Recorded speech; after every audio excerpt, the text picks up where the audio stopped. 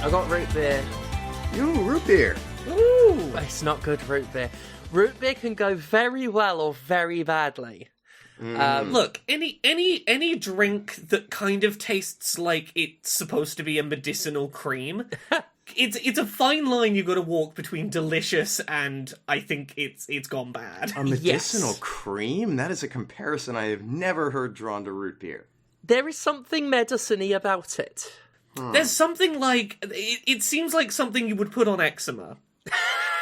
And I say this as someone who loves, like, a good root beer.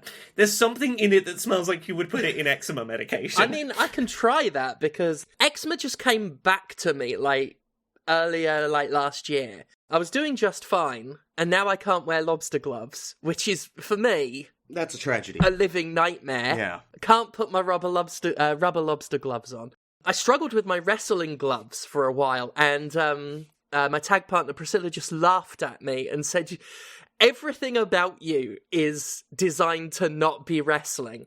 Like, I can't even wear my own gear. That's how much I shouldn't be wrestling.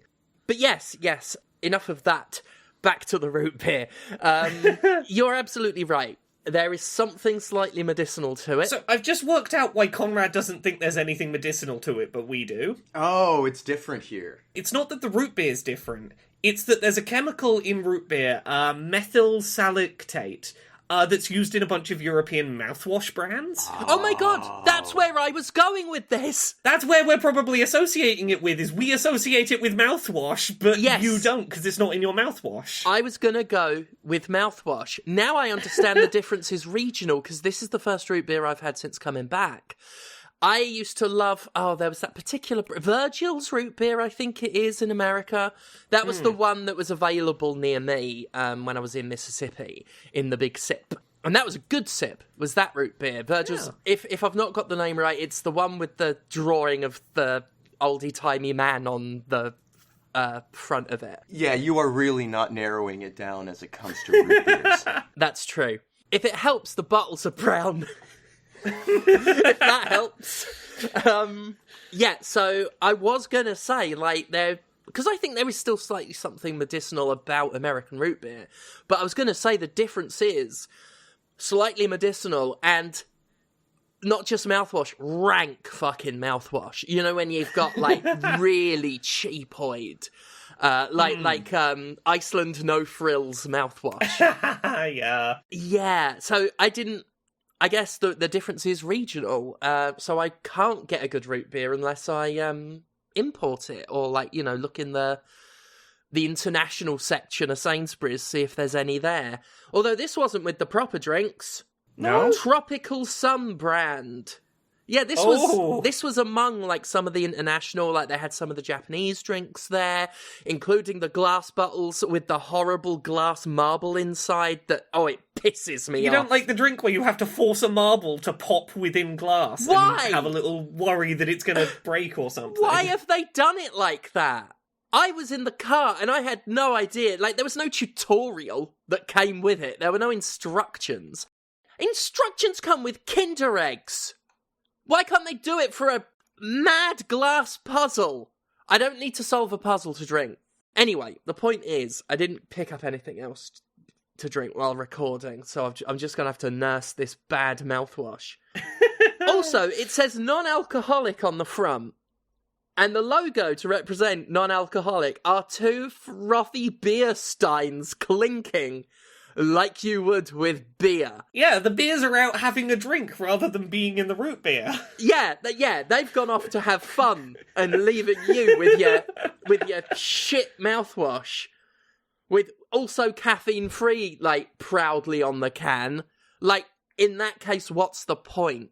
I might as well be drinking actual human urine. Anyway, how's everyone? I'm good. I'm busy. This is the week that all of the video files for the Accessibility Summer Showcase this year that's happening on June 7th, 4 p.m. UK, 11 a.m. Eastern, 8 a.m. Pacific. Ooh. This is the week where all of the video files for that have got to get to me, which means I'm doing a lot of emails back and forth with people who gotta send me video files. So it's a lot of managing spreadsheets and making sure I have all my stuff together, ready to be able to go, ooh, look, I put together a bunch of accessible games people can see in a couple of weeks on June 7th. Check it out. It's available with ASL, BSL, and audio descriptions. How are you, Conrad? Yeah, I had a pretty good week. Right after, after recording last week, I went out and saw Lords of Acid in concert, nice. which I haven't seen them, and they haven't toured in the United States in over 20 years, I guess. I saw them last, I think, in 2000 or 2001. It was a great show. If you get an opportunity to go see Lords of Acid, Praga Khan opens with his own set, and his closer is the theme from the Mortal Kombat film. And I gotta tell you, if you have the opportunity to watch a 65-year-old Belgian DJ say Liu Kang, Johnny Cage, Kano, as he plays repetitive electronic music, you've got to do it. You've got to. It is a joy. And I really do have to say, Praga looks great for a 65-year-old Belgian DJ. Now, 10 years ago when I looked at a photo of him, I thought, ooh, he looks pretty rough for a mid-50s Belgian DJ, but he has grown into it. He looks great. I guess it just depends, when you stop looking older. Because you can just stop. You're right, you could look fucking rough for a 50-year-old, but if that's, your peak roughness, you've just got to wait out the clock. Right, and eventually you'll look fucking great. Mm-hmm. Yeah, works for me. Hate being 40, love telling people I am. Looked fucking rough at 30, but it's all coming in quids in. You've just got to wait out the clock. And for some of you, you will be skeletons by the time that is, but that's fine. Who's been playing video games this week? I'm not one to kick us off on games. I was going to request, but before I was 20 minutes fucking late for the recording, I was going to request I go first with one, because we've got to talk about Indika. We've got to.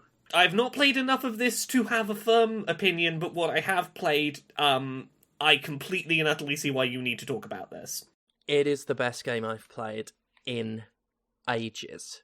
Since Bone Razor Minions, I would say. It is some of the best fucking writing I have seen in a video game.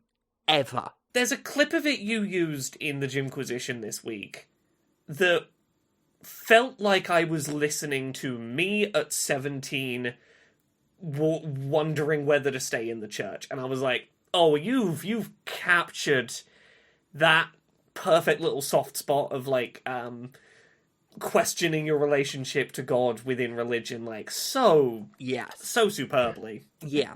So that scene is a particular example. It's why I used it. A particular example of the great writing. So the basic premise is Indika is a nun, a young nun. She's been questioning her faith. She's ostracized in her convent. She sees some weird shit and she hears the devil in her head. Over the course of the story, she's given this letter to deliver, goes out on a journey, meets this escaped prisoner who's got a gangrenous arm, but thinks if he travels to see this relic, he can be healed. And they go through some shit that defies genres at multiple points, is loaded with bizarre, fascinating imagery. And yet, I think the way everyone is always going to... it's how I have to, sell the game to someone. Everyone will start with an old nun opening her mouth and, and an adult man dressed like a baby dances out of her mouth to drum and bass. Yeah. But what is so fucking remarkable about the game is no matter how bizarre it gets, no matter the strange imagery, as the story unfolds, that melts away. It's still there. It's in the sidelines, in the periphery. But it is giving way to one of the most human stories, a very relatable one for anyone who, has had, like, the experiences you've had, Laura, and tackles subject matter in a bold fucking way where other video games would fear to touch it. Yeah. Where mainstream games are terrified of getting anywhere near some mild criticism of a real-world organised religion. This openly challenges the tenets of the Catholic Church in no uncertain terms. Yeah. And what I love about Indika and in that scene is she's not trying to convince Ilya that he's wrong for having faith. Yeah. She's trying to convince herself through him, through her arguments with him, while the devil is very much trying to convince her that it's all bullshit, and he is armed with one of the worst, most dangerous things you can have, a fucking good point. Yeah. There is another marvellous scene where she doesn't want to open the letter she's been given because it's a sin, which the devil latches onto and is like, oh, it's a sin, is it? Okay, is it worse of a sin if you were to open, say, 2 letters? And then just starts offering quantifications. Like, how many opened letters makes you as bad as a murderer? And just by attempting to codify and classify what sin is, it just points out the flaws. And it's wonderful. The thing about this game is it brought me, like, I've only played like half an hour or so far, but I'm, also as a side note, finding out this game's only like 4 hours long, huge fucking selling point to me. But yeah, there was a point in that first half hour where I was vividly reminded of something I haven't thought about in years, and this was a song by a Christian rock band that I was listening to when I was like 15 in the church. Wasn't really supposed to be listening to, the more not Christian rock music. And let me find the fucking lyric that it made me think of, because it's that whole idea of, like, quantifying degrees of sin. And this song was, like, listing off a bunch of things as being equally sinful in God's eyes. And I'll take a pause while I very quickly find this. So it's called Listening to Freddie Mercury by a band called Emery. Don't tell me that's their first cardinal sin. No, but this is the sort of shit that, like, I remember wrestling with, like, wait a second, are these all equally sinful things? Gary's getting drunk to forget Sarah, Sarah's stealing money from her parents, Aaron's lying straight to John about Megan and the things that went on. And remember, remember, this is a Christian song before I get to the next bit. Jessica's a gossip, Laura's a slut, Derek hits Bridget and Ben deals drugs, Seth spends all his money gambling, Joey stopped praying, it's all the same. We're all the same people with sinning hearts that make us equal. No, but Steph, you see why this fucking floated back to the top of my mind when playing Indika? Because, like, I had that fucking moment of, like, wait a second, am I really supposed to be believing that no longer praying is equally sinful to someone fucking domestically abusing their partner? Yeah. And, like, that's a thing you have to wrestle with sometimes in religion, is those sort of questions. And Indika is fucking great at bubbling that shit back up. Absolutely. I mean, damn. It's hard not to appreciate that equivocation of sin moment in the game even more, knowing that, like, what the devil character has done is not make anything up that people aren't already believing. Like, right. All he did there was say, like, is it all the same? Yeah. Because that's the thing. If you believe that sin is a binary state, you have sinned or not sinned, and that is a state you are in, you kind of have to start questioning, like, is there lesser or greater sin? And if not, what does that mean? Yeah. The simple brilliance of what the devil does is in the game is just took the lyrics to that Christian song, and the only thing he did was add a question mark at the end. Like, that's all he did. He put in a line about opening a letter and put a question mark on it. Yeah, and I'm not, like, I don't believe in God. I am not a religious person. Pretty sure I would burst into flames if I were to walk into a church again. I like to think I've grown out of my pushy, edgy atheist phase.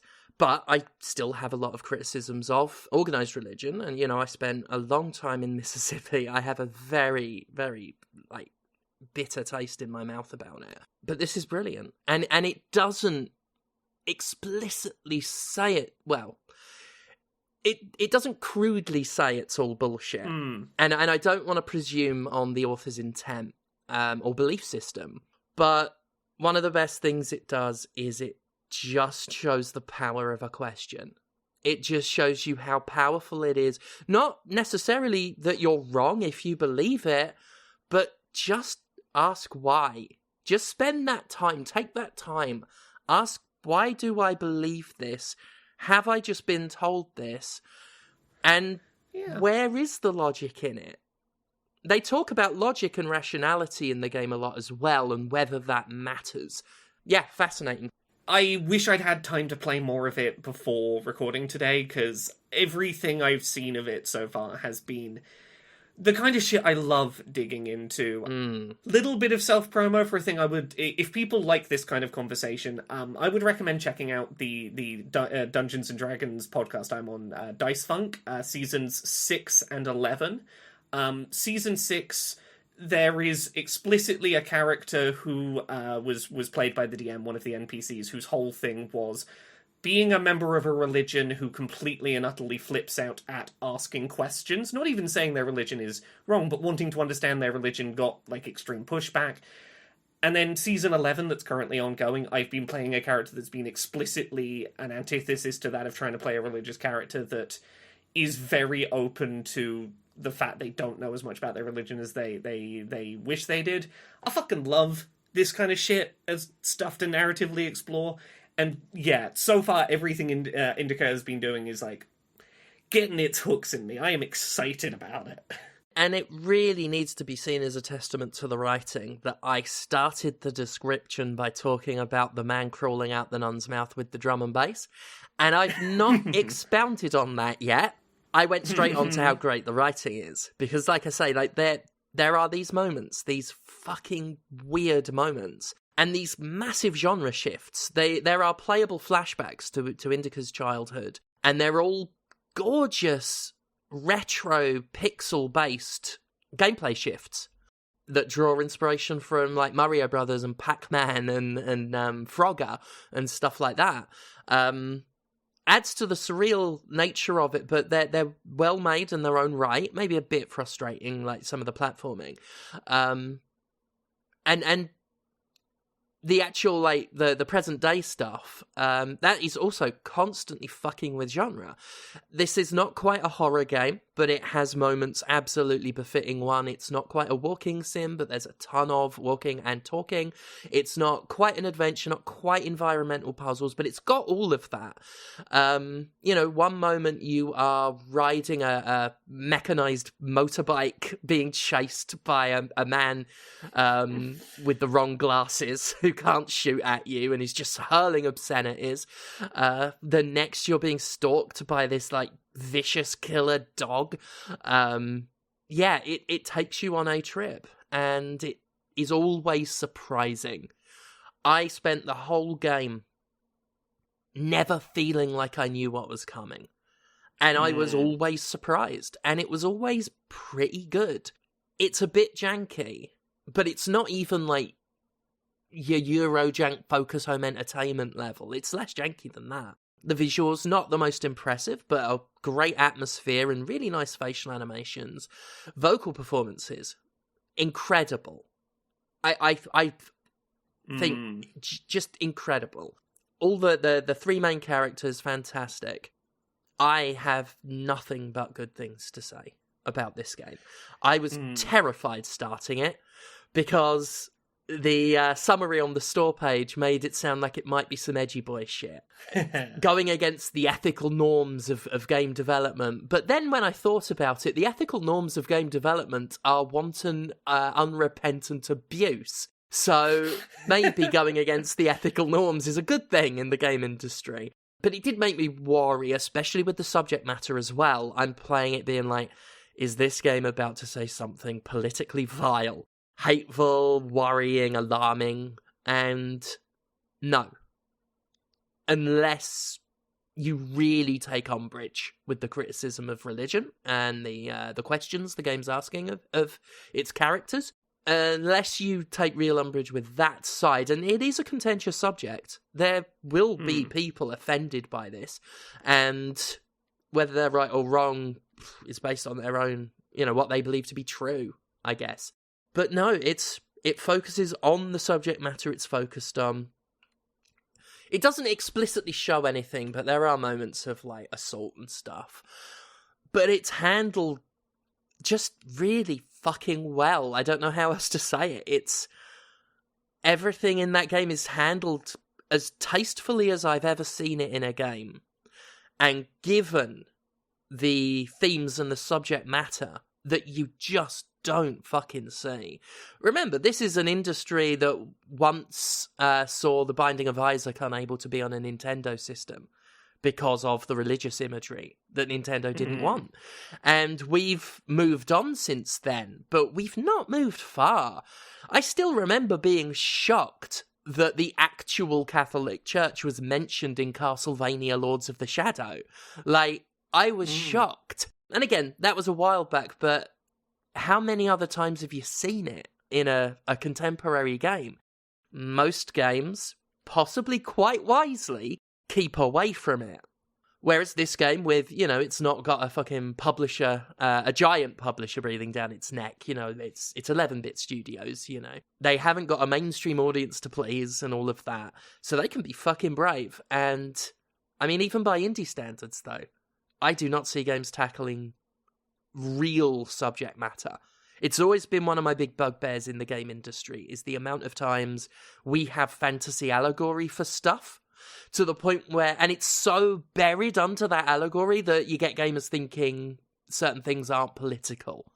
And especially like things like racism in games and stuff like that, prejudice, where it's always like, but what if they're elves though? What if they're a bunch of very white elves being oppressed? And it misses the point, It's refreshing as hell to see a very real belief system be challenged. It's a narrative problem that is inherent in all fantasy and speculative fiction. Yes. I should also point out, I don't think it's wrong to do the allegory. I think it's wrong that we have an industry that's only allegory. So just had to clarify. And it's very easy to just do that. To just create that shorthand and say, this represents all of this. And then that settles it. For you as, because now you don't have to get into the sticky, thorny aspects of it. It's just there.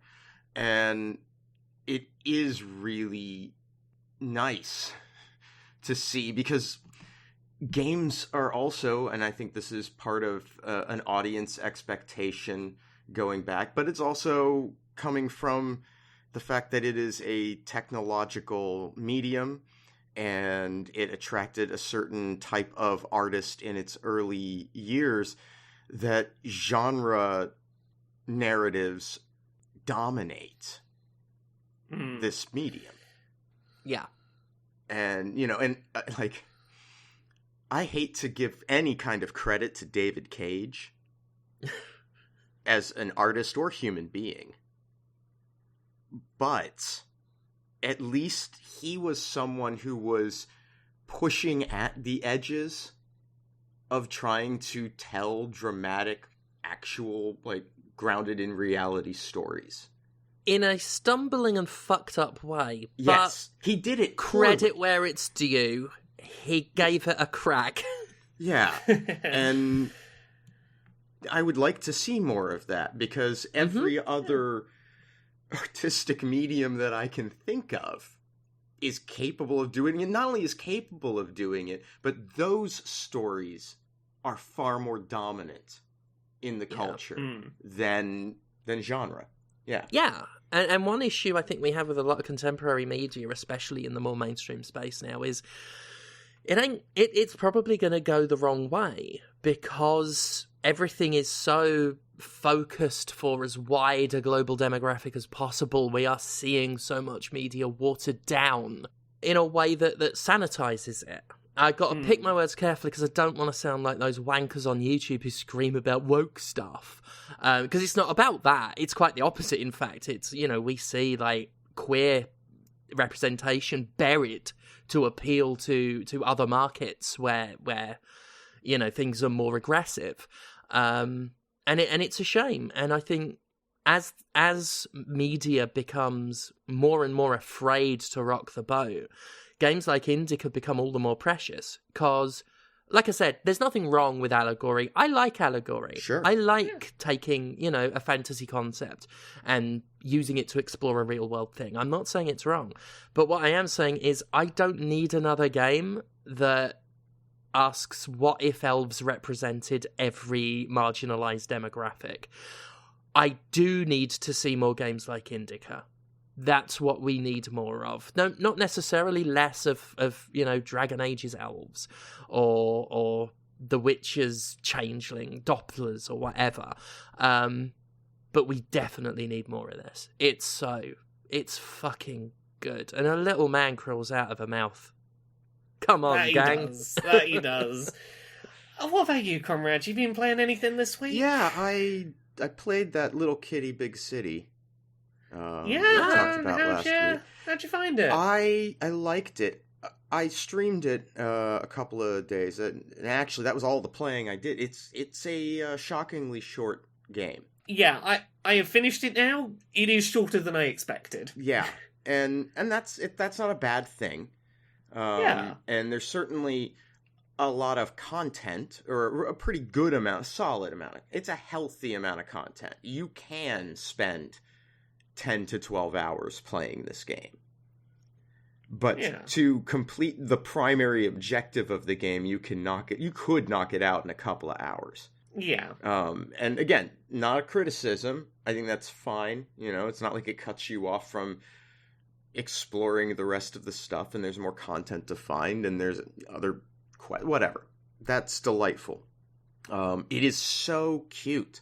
I love how kind of forgiving and yet not the platforming is. It will give you the benefit of the doubt on a ledge within reason. Yes, if you land kind of too low, it'll be like, yeah, you can kind of scramble up and get up there. There's a limit to it. You can't, like, vertically climb. But if you're like, an inch or two low, it's like, yeah, you scrambled, you got it, it's fine. But then you do a bunch of vertical climbing. In fact, the whole, like, progression of the game is tied to that. Yes. When it got to that point, it reminded me of Tomb Raider. Like, that was the vibe I was getting off of this. Like, early Tomb Raider. There's a bit where I had that same vibe, and it was the first time I got to that, like, construction site bit where there was a security guard I had to run past. Yeah. And I scrambled up the top of the metal, and there was a moment where I, like, stopped and aligned myself properly to do the jump properly aligned. That is very, like, PS1 Tomb Raider. Yeah. So that was kind of interesting. I see a lot of people, I've heard a lot of people comparing it to Stray, and doing so in a way that, like, suggests that Little Kitty Big City's better in ways, which I think is interesting. And that is definitely a subjective taste issue, but I do think that that's curious. I like things like the general design approach, whereas Stray is a very linear experience for the most part. Little Kitty Big City is very much not that. But I think, like, fundamentally, perspective of your main character to a large degree defines these games and their tone for me. Like, Stray is the story of a stray that is in the wild and knows the things to be afraid of in it. And Little Kitty is a house cat that fell out of its apartment and is curious. And that's it. That's just they're totally different games, and not one I don't think is better than the other. I think they both accomplish their goals very well. Yeah. the two games I've seen it compared to are Stray and Untitled Goose Game. And neither of them is a particularly great comparison. No. Both of them will lead you to making tonal assumptions about what this will be that don't really fit. I can see why. Sure. And I think they can be helpful touch points, but don't go into this expecting, like, haphazard chaos or linear sort of narrative in those same ways. Well, and even tone with Untitled Goose Game, there's something mildly mean-spirited about Yes. Untitled Goose Yeah. Game. You know, yeah, you're having a laugh, but you're a dick. And that is not the case in Little Kitty Big City. You do have to break things in order to progress at points. It's impossible not to, but it's completely innocent. Like, you're just being a cat. Yeah, I think I said it last week. It's like, it's the difference between I'm gonna fuck your shit up and I don't care what you think of that, versus oopsie, did I break it? I'm just a little guy. Yeah, that's it. And they're different energies. Yep. But quite good. It was fun, but again, don't go in expecting a long experience.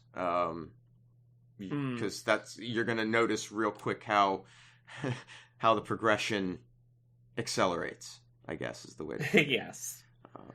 But yeah, what about you, Laura? I've got a couple of quick ones I can get out of the way that are going to be nice and easy to talk about.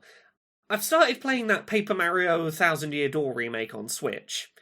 And there's only one reason I'm bringing this up, because I've barely started replaying it, and right now it's that old GameCube Paper Mario, and admittedly, it's in my opinion the best that the Paper Marios have been. I'm glad it's here, and it looks a little nicer. The main reason I am excited about it happening is reviews for that game went up, I think, yesterday at the time of recording. And there was confirmation of something that I thought Nintendo would be too much of a fucking coward to do. Genuinely did not expect. Oh, is this the bit where Mario starts questioning whether his belief in the Catholic Church is valid? No, but Mario does have an on-screen kiss with a trans woman. And that is made explicit that that's a thing that's happening and not just that fucking hidden away in chaser. localization, this line. That fucking chaser. So, for anyone who doesn't know, this is me getting on my soapbox about Mario the Thousand Year Door back in the day. The Japanese version of Paper Mario the Thousand Year Door has a character called Vivian, who is initially met as a member of a group of villainous, ghostly witch sisters. And if you played the game in English, you might be a bit confused as to what her whole deal is, because for some reason her sisters are just being real fucking mean to her for no reason, calling her ugly, being very, just mean-spirited. It's never really explained why. In any other language outside of English, the whole point of her narrative is that she is trans. She is one of this trio of sisters. She's being fucking transphobically bullied by her sisters. And the point of her, eventually becoming a part of the good team in the game is because she goes on, a parallel journey with Mario. Little spoilers for a 20-year-old game, but Mario at one point has his identity stolen by a wizard. He's just a shadow. No one knows what his name is. No one looks at him and sees that he's Mario. He tries to tell people he's Mario and they don't hear what he's saying. And he goes on this journey with a trans woman where the two of them are not being respected in their identity or seen for who they are. That is a bonding experience that leads to oh shit, it turns out you're the villain, the person I wasn't supposed to be working with, but we went through something very similar to each other and we understand each other, let's be on the same team. Her story doesn't make any fucking sense when you strip out the fact she's trans. It completely makes the story not work. Yeah. How do they communicate that in the original version? Do they just straight up say it? So the Japanese version, it depends on localization. The Japanese version kind of does it by having her sisters, and this wasn't great back in the day, her sisters use explicitly transphobic slurs against her. Oh, okay. In some of the languages they did it differently. In Italian, I think, is the one that people point to as they say kind of explicitly, they will refer to her as their brother, and she will be no, I am their sister. But this game has been remade, and as soon as they announced the remake, I was like, what the fuck are they gonna do here? Yeah. Because I don't see Nintendo, like, not being cowards about this.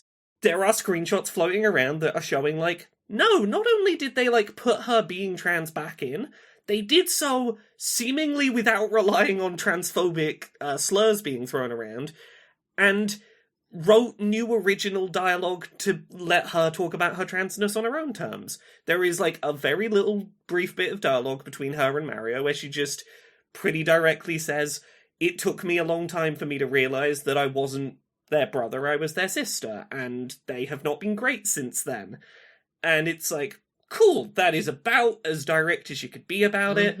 You've avoided the bits of shittiness that existed in some of the translations back in the day, and you've made this character that, like, for decades, everyone in English languages that knows about the character has been like, we kind of know that she's a trans character that kind of got written out. Honestly fucking surprised to see that they added it back in a, like, modernly respectful way. I mean, we were just talking about the cowardice in mainstream contemporary stuff. Like, that is a shocker. I've been beating the drum for a long time that, like, if this game got remade, this needs to go back in, because, like, for anything else, it is very rare that we have a story in like, a mainstream, family-friendly video game that is like, hey, our hero travels alongside a trans person and has a very, comparable experience to them, and they come away from that situation going, I can empathize with your experience as a trans person, let's work together as people who understand each other's lived experiences. Did not think Nintendo had it in them to do it. I thought they were just going to cow it out and use the old English translation, so genuinely pretty surprised there. That is impressive. That's impressive. I am currently powering through that game to get there myself, but everything I've seen so far is like, it really does seem like you pulled it off. Good.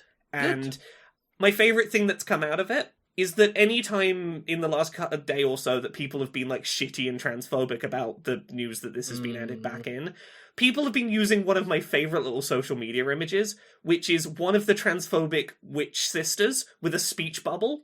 So people are quote tweeting it under social media posts. So it's like, oh, you said something transphobic. The evil witch is saying it. You're being the witch right now, Brilliant. are you? Brilliant. That brought me some joy. I mean, you can also just hit back with respect the artist's original vision. I mean, That's the one they love. Exactly. If they complain about this, they are disrespecting developer intent. Literally. I mean, look, you know that they won't accept that. Of course. They've moved the goalposts now. The goalposts now are the original Japanese version. The slur could be interpreted as like femboy or something. So like maybe that's what she was meant to be, and you forced a trans interpretation. It's like that'd be. They don't want to accept, like, hey, Nintendo canonically made her trans because she was always trans. It reminds me of the response to the Vampire Survivors bestiary on Reddit when, I mentioned that Giovanna is trans. And she is, because what I wrote in that was not an allegory. It was joke-based, a sign made at birth. Like, that bit might be an allegory, but if you actually look at, like, the other entry that talks about what mages, like, are in that universe, like, she's explicitly trans. But you had people, because I didn't say the bold line sentence, she is trans. Yeah. They came up with any other excuse. I think the best one was like, no, you see, she's like trans people. She's not trans. It's just incredible how much they want to miss the point. But this is brilliant because two things these people always say is that A, respect the developer's intent, and B, fuck localization, it makes everything woke. So we are now seeing them disrespect the artist's vision and stepping up for Western localizers. Because they're the ones that fucking took it out. Fucking obviously pointing out their hypocrisy means nothing because they have no real, like, good faith investment, but fucking hell. Yeah. So what about you, Steph? You played anything else this week? Yeah. I played more of Athenian Rhapsody. I know you have as well, Laura. I started playing it. Well, I'm currently at a bit where there's some puzzle. It's a bit like the defense phase in a battle, where I'm just trying to avoid these laser things. It's really hard. Since last time, I've come to the conclusion that elements of this game are fucking unreasonable. I turned on the accessibility option, the chill mode, just to get... all it does is it gives you some iframes, which, considering you can be hit by successions of enemy projectiles so quickly, you can go from full health to dead in a second. It felt like the only way to actually balance the game. But curiously, I'm at this bit now where I'm finding it really hard to progress, and every time I die, the game crashes. Now... I can't tell if that's on purpose. I know it should theoretically be possible to trigger a game like crashing on the Switch. There's another game I have that literally does it the moment you press any buttons. I'm pretty sure you would fail to pass certification if you had deliberate crashes as part of your game design. I don't think it's Nintendo just the nature wants you doing that. The nature of it as an Undertale ripoff makes me question it. But what it does more than anything else is, intentional or not, I stopped playing because I don't want to have to reload the entire game to do a puzzle that I know I'm going to die at several more times. So I've just stopped, which is a shame, because unreasonable moments aside, I was getting a laugh out of it, and I still loved the music. I have not played much of it. I decided to start playing it on stream. The short version, if you've ever streamed Undertale or Deltarune on Twitch, you know that the people that like those games can sometimes be the kind of people that cannot resist intense backseating. Yes. And I have had problems with this with Deltarune in the past.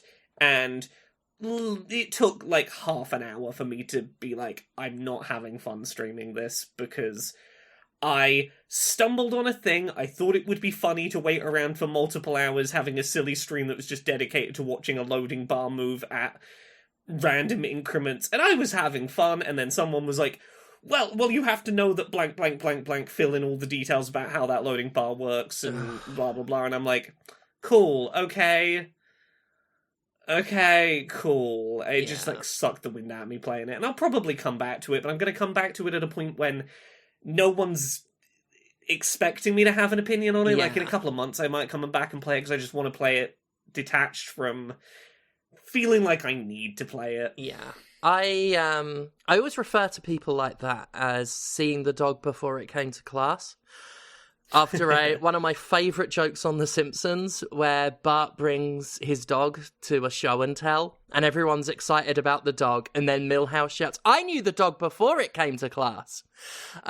Just desperately trying to look important in the face of the important thing. And that's how I feel about people watching streams of Undertale, Deltarune, this, a number of other things, especially things that are spoiler heavy or require a bit of thought that someone can make themselves feel clever about having done. And they have to go online and start showing off that they knew the thing. I know the thing. I'm clever. I'm clued in. Yeah. I have to tell you all. I know more than you. And it's not necessarily meant as malicious in intent, but that is how it comes across, because they are so desperate to show that they're in the know. They want you to know they saw the dog before it came to class. And it does make streaming certain games fucking unbearable. Just fucking unbearable. Yeah. I've seen you struggle with it before. It may have been a Deltarune stream. I forget what it was, but you stopped again. Yeah, Deltarune Chapter 2 is one of the only times I've ever on stream had to stop and just have a bit of a lecture at chat and go... Chat, you ask me to play these kind of games. You tell me that you want to see my first experience of them, and see that novel experience. I will not do that if you cannot, respect that I want to have a fresh experience, suboptimal play and all. Yeah. I foolishly was like, well, it's in the same genre, but it's not a Toby Fox thing, so maybe, people won't have it won't have the same fervor. It took less than an hour for me to stop streaming, just going, nah, Yeah. not on this It's one. a real fucking shame. It's a shame. I like playing weird shit with chat, but... Yeah, and it's an added shame that it is not people coming in to spoil it on purpose to be trolls. Yeah.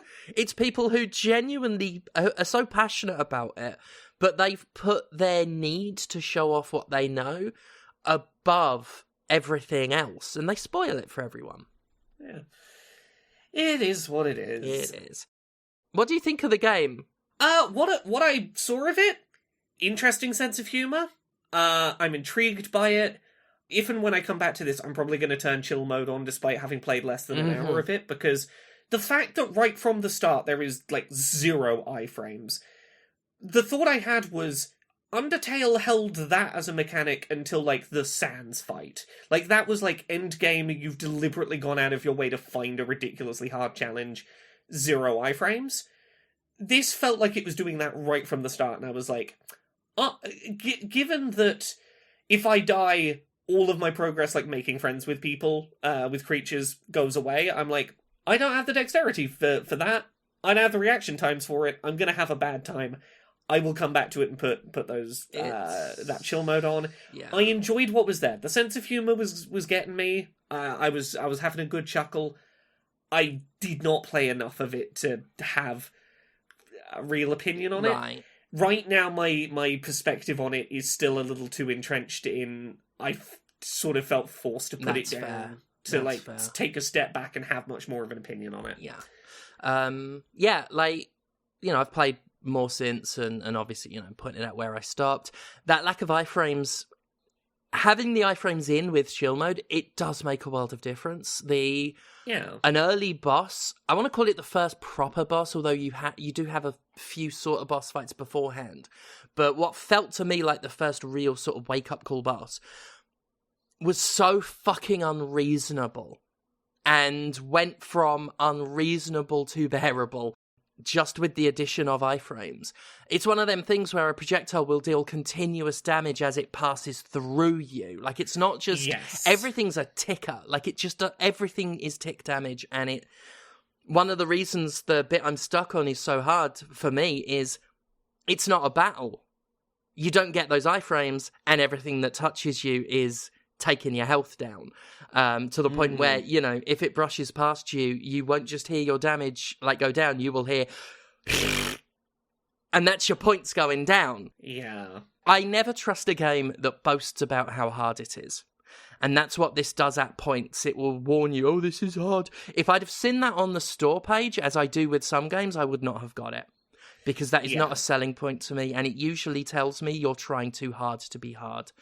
Because the moment you say, that's my goal, is to be hard. Not necessarily be good, just be hard. Once you place that as your primary drive, I think that's when you just start looking for ways to screw people over. Yeah. Yeah. What about you, Comrade? You playing anything else this week? Just a bit more Hades, but nothing to report, really. It's still Hades 2. Yeah.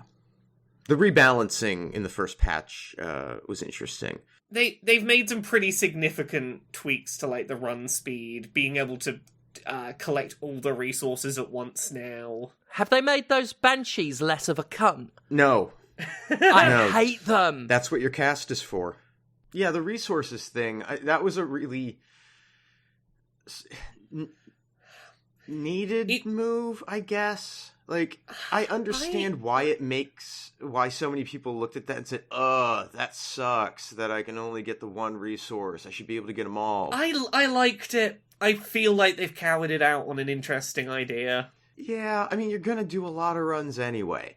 And now for pacing, all it's gonna do is have them decide to increase costs for some of these things so that, you know, they still get the pace of progression that they wanted. It's not like you're being any more efficient. Yeah. So, yeah, whatever. But on the whole, still good. Yeah. I played one other thing, but I'm gonna let Steph intro on talking about this one, because I know we've had pretty different experiences on it. I played Hellblade 2, Senua's Saga, this week. Steph, do you want to talk about it first? Okay, so I recognise it's a good game. I liked the first one. I liked its combat quite a bit. I don't know why I'm not gelling with the combat now. Something, I'm just not nailing it. Basically, I was struggling at a bit. The game was shouting focus at me over and over and over again, and I had to stop because it was distressing me. My various mental illnesses and neurodivergences struggle a lot with being shouted at and getting a lot of verbal input very quickly. So when and I get very frustrated when I struggle, and that really flusters me. And I have very bad experiences with not getting something, not grasping something, and being shouted at and being denigrated for it. Now, I want to say this ain't Hellblade 2's fault. It comes with content warnings. I've played the first one. It's an accurate representation in many ways of psychosis, but for whatever reason, I'm not gelling with the combat, and I don't want to play it anymore, because that was a distressing thing for me to, A, already be upset because a combat system I really liked, I'm somehow struggling with, and B, when it's just belittling and yelling and cajoling, even though I recognise artistically what they're doing is really good, I don't think I can do it. That is totally fair and understandable. I don't blame the game. Yeah. I just don't think it's mentally good for me. That's fair. It is a game that is going to be incredibly fucking divisive, for a lot of different reasons. So I have played Hellblade 2 start to finish, and personally, for me, I prefer it to the first Hellblade. I am surprised I feel that way. As someone that played the first Hellblade, I was skeptical that there would be a justification for a sequel that would feel satisfying, and to me, I think this does achieve that. A couple of quick comparisons I will make. I think that the first Hellblade is better than Hellblade 2 in terms of the first one is more of a focused narrative.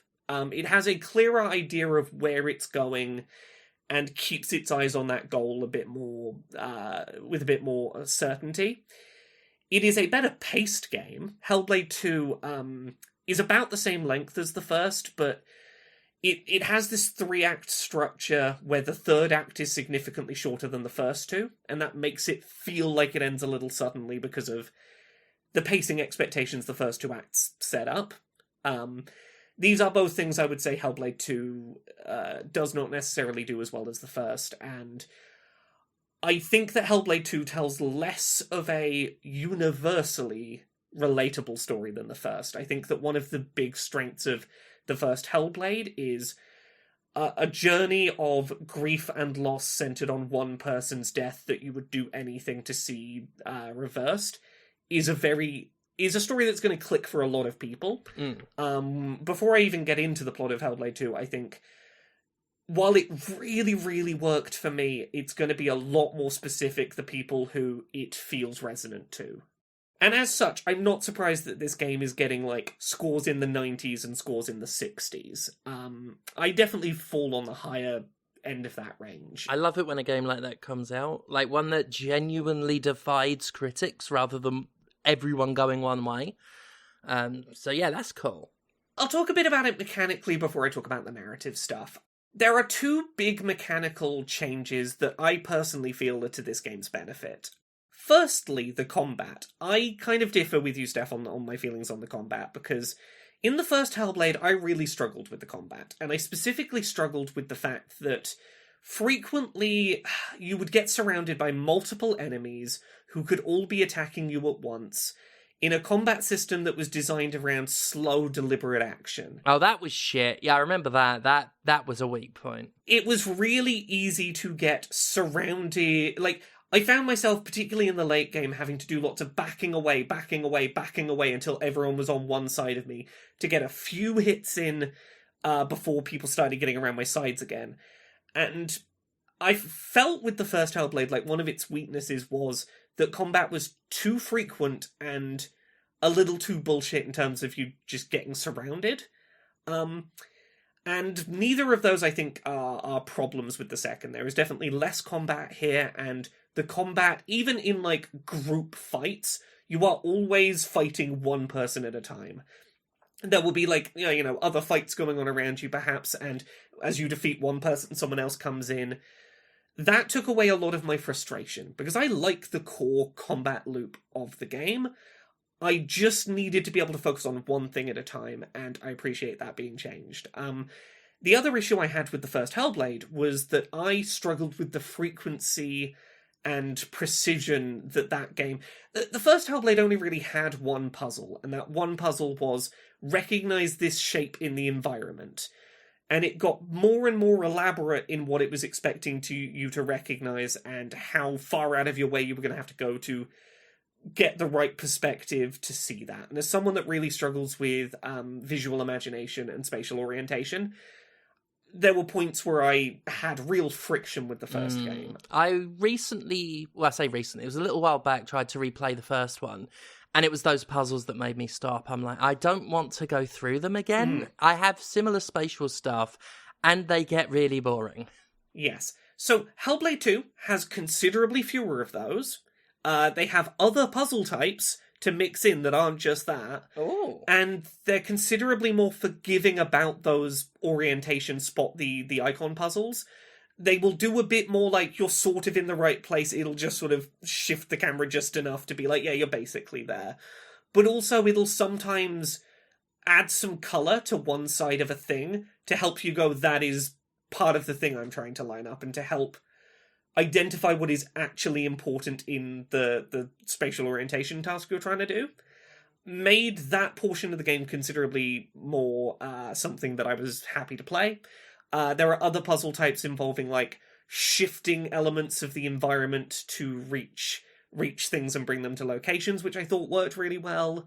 Just that bit of additional variety and not reliance just on one puzzle type I kind of struggled with. Improved my experience. I found that with Hellblade 2, there were far fewer moments where my playthrough sort of ground to a halt because I kept losing a fight over and over, or I just couldn't work out how to find a shape in the environment. Specifically talking about the narrative, without going too into depth, because obviously this is a game that's, you know, like the first, maybe 8 or so hours long, and very narrative focused. Where the first Hellblade was very much about Senua being very all-consumed by her experiences of psychosis. She was primarily experiencing the world through the lens of her hallucinations more so than the physical world. Having Hellblade 2 be a game where Senua is much more grounded in experiencing the physical world through the lens of visual hallucinations and auditory hallucinations does some really interesting stuff. A lot of this game has Senua traveling with other people who do not experience psychosis the way she does, and having space for her to explore where her experience of the world ends and someone else's begins, I think is done really well.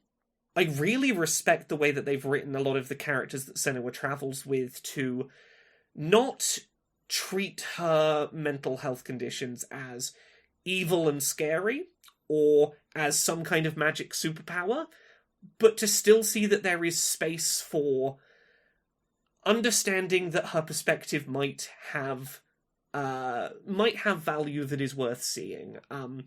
There's a conversation not too far into the game with another NPC character who the way that he explains it is basically, our community right now is having a lot of problems and we can't seem to see a way to solve them. Maybe what we need is someone who sees the world a little differently to see a solution we're not seeing. And maybe that is something that you can do that we can't, because you see connections we don't.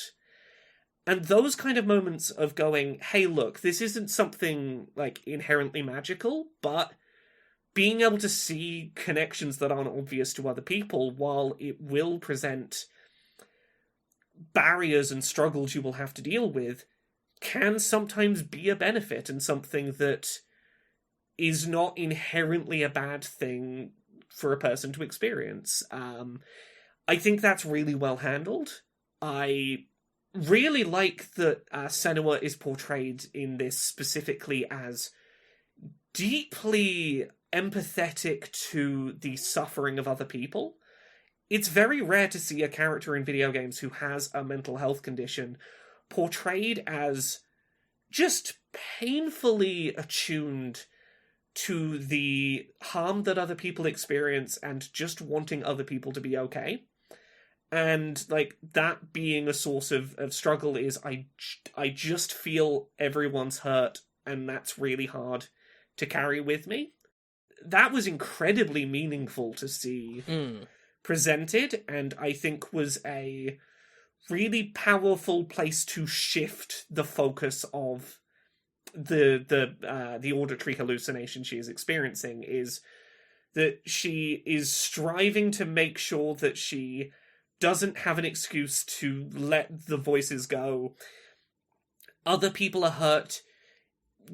Could you have done something about it? She recognizes that is something that is going to be a hard thing for her to deal with, and that is kind of her driving motivation. And I think that's really understandable as someone that, like, I will beat myself up over stuff that I have no control over in the world, because mental health being what it is. It was nice to see someone who that was presented sort of as her core struggle was, I'm striving to not give myself any more reason than I need to have that little voice telling me, couldn't you have done more to help? And that sort of empathetic to the needs of others as a churning struggle. Really, really interesting motivation. I'd like to break through my issue with it based on what you said there. Because I deal with that a lot, especially in the positions I've been in before, where I take on a lot of guilt that I don't need to, and feel like it's my responsibility to fix everything. Yeah. Feeling responsible for having to fix things that there's no way that any other human being would be expected to shoulder by themselves. Yeah. One thing I was trying to remember is something Fee said along the lines of, like, you're not the universe's main character. Like, it's not all your job. But if you get put in a couple of positions where you are expected to do the impossible and you do pull it off, that can make it really hard not to tell yourself, but surely I can do it again. Yeah, true. And that cycle sort of continues. And I think that's what this game really... It's where this game really succeeds. I don't think it's perfect, as I said. I think it's a little less focused. I think that narrative is going to be a little less widely applicable to people. I specifically think that, like, it introduces some narrative threads pretty late in the day that don't get time to breathe properly. But overall, I think it is a really interesting game that I'm glad I gave my time. In particular, one thing I want to note that I think was a really smart choice is I really like the changes they've made to how subtitles are handled in this. The first game didn't do a great job of trying to translate the 3D spatial audio nature of the voices that Senua was hearing into something that could be understood with subtitles.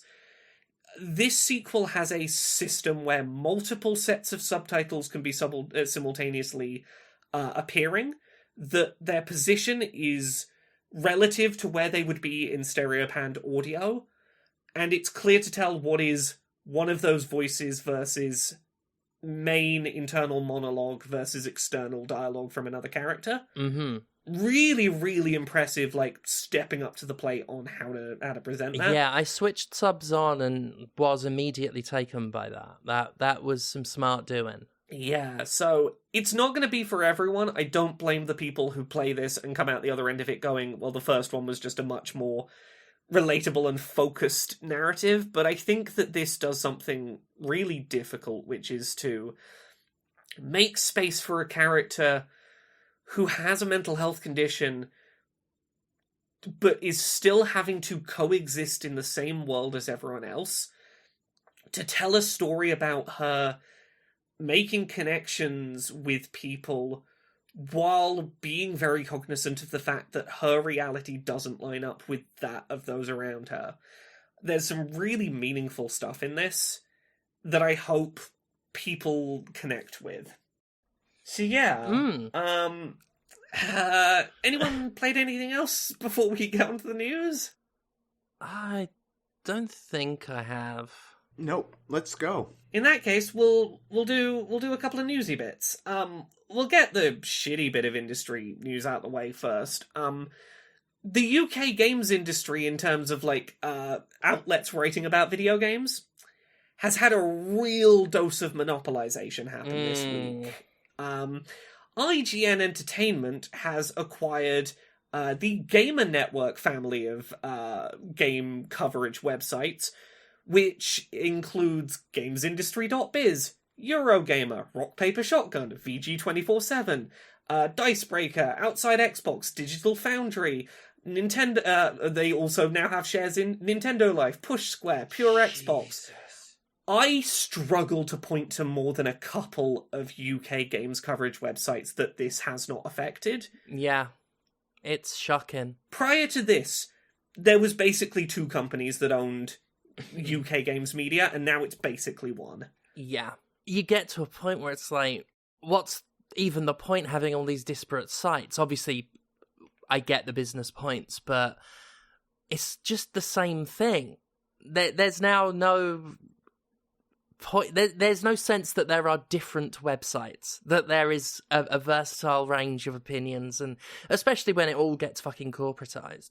I'm trying to get back into full-time writing, and one of the things I absolutely said I was not going to do was get back into games journalism, writing for blogs. But that doesn't exist. That's not a thing that exists I know, any longer. Quote-unquote games journalism, because it's all so corporatized. Well, and the people who wound up getting pushed out that had talent and followings, they've all, as often is the case, started their own things, whether that's a Substack like mailing list or in some cases we've seen smaller outlets spring up with better models for the employees, and this is a cycle that often happens, but they don't have any bandwidth to acquire the wave of layoffs that has happened now, because there's no longer VC funding behind these operations. Money is real again,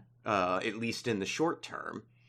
And yeah, so it's devastating in a way that it never was before. I think it's worth specifically talking about two aspects of this. One, the UK games industry, in terms of salaried positions for people writing about video games, has for years had a problem with being criminally underpaid compared to people doing this same work in other countries. Because the UK was basically a two-company system already, there was very little competition pushing, either of these big brands to increase wages for people working at their sites, and this is only going to make that issue worse. There is going to be very little reason to pay competitively. How the when fuck you has are this been basically allowed? the only game in town. Is it just that no one gives a fucking shit about games journalism? Yes. I mean, that would be my assumption. Because this is total, monopoly shit. And me and Conrad were talking about this before we started recording, but the other thing that's really notable is a lot of layoffs are happening. And the people, first of all, people who get laid off, where the fuck are they going to go? There's not really other sites to go and jump ship to right now. But specifically, the big problem with a lot of these layoffs is it is the people who've been at these sites for a long time that are, in a lot of cases, the ones being kicked out. And it really gives the sense that IGN Entertainment was not interested in acquiring teams or talent. They were interested in acquiring names and brands. Because you see, particularly GamesIndustry.biz is a really good example where, a bunch of their key people who've been at that site for 10, 15 years doing business reporting on games have been made redundant in one fell swoop. People who have like proper industry experience and talent and know what they're doing are the first ones being put out the door, because presumably they're the ones being paid the most because of having been around longer. They don't want to be paying those veteran salaries. Talent is not an asset. That's what I said on Monday. Talent is not an asset in that world. It's the brand, the logo. It doesn't matter who you are, they will squeeze you out. It's why, years ago, a lot of people with personality, as Conrad said, went off and did their own thing. A lot of us were squeezed out.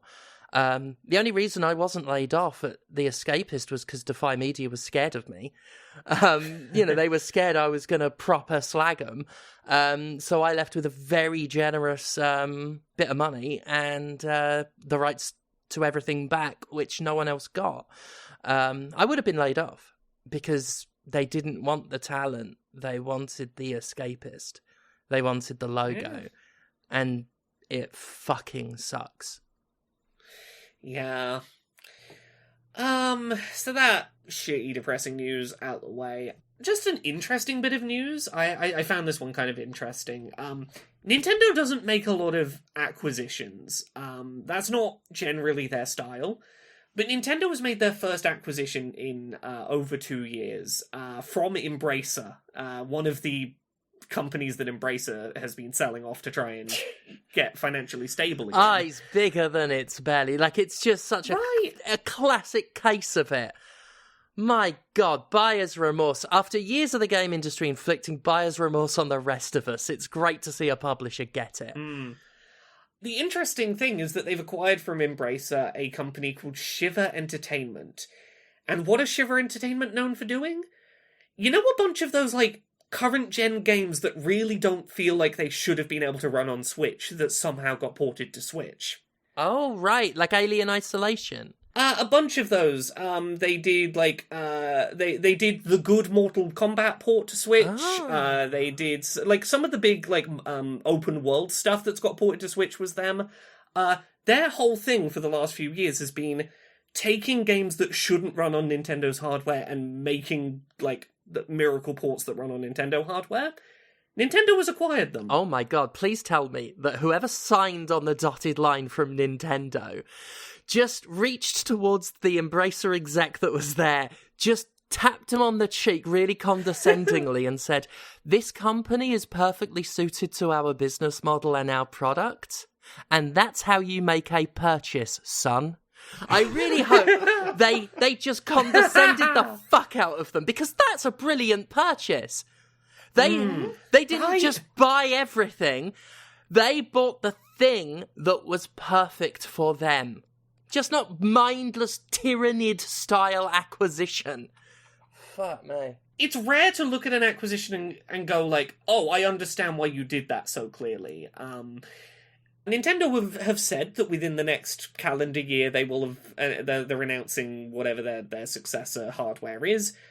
It feels really sensible if you're Nintendo to go, we've got new hardware coming. There are going to be third parties that want to bring their games to our hardware that are going to maybe go, is our game too big to make a port work? And for Nintendo to go, we've got a team on hand. Come talk to this team. They know what they're doing with porting down to Nintendo hardware. They'll help you make that port that we want to be able to shout about at E3. We got that game. It's the best purchasing move I've seen in the video game industry. In years, possibly ever. It's genius. It's such a just sensible, very reasonable decision for, long-term health. Do you want to be able to keep getting the third-party ports that will keep your next system alive? Have a dedicated team that helps third parties do those ports. I can't believe I'm praising a company acquisition, but to see an actual judicious one, to see a smart move, it's refreshing. It's the second, hiring the Dota second team. Thing I've it's the second thing I've praised Nintendo on this episode. Yeah, incredible. I mean, if the money goes to Nintendo for the port job that they will also benefit from as well. It's no longer a third party hire. It's their shit. Oh my god, I've just seen so many boneheaded fucking moves that I am genuinely excited about something that doesn't really affect us. It's that big a deal. But it's just not dumb, and I want to give an ovation for not dumb. Yeah. I'm just going, it's kind of nice to know that Nintendo's next hardware might have a decent time with third parties. Well done thinking about that, Nintendo. Yes. Yeah, we got one other story to end on this week. You know how a little while ago, do you remember Tesla announcing that people were going to be able to play Steam games in their Tesla? Mm-hmm. Do you remember this? Oh yeah, they announce so many things, don't they? Yeah, and this was a thing. It did happen, since December 2022, they were like, hey, you can play like Cyberpunk or Cuphead or whatnot on your Cybertruck. They're taking that functionality away. And they're not saying why. If you bought a Tesla, you were straight up conned. So they'd already had to wind it back a little bit already. They were previously made by the US National Highways and Traffic Safety Administration to make it so you could only play Steam games when your car was like fully stationary. Yeah.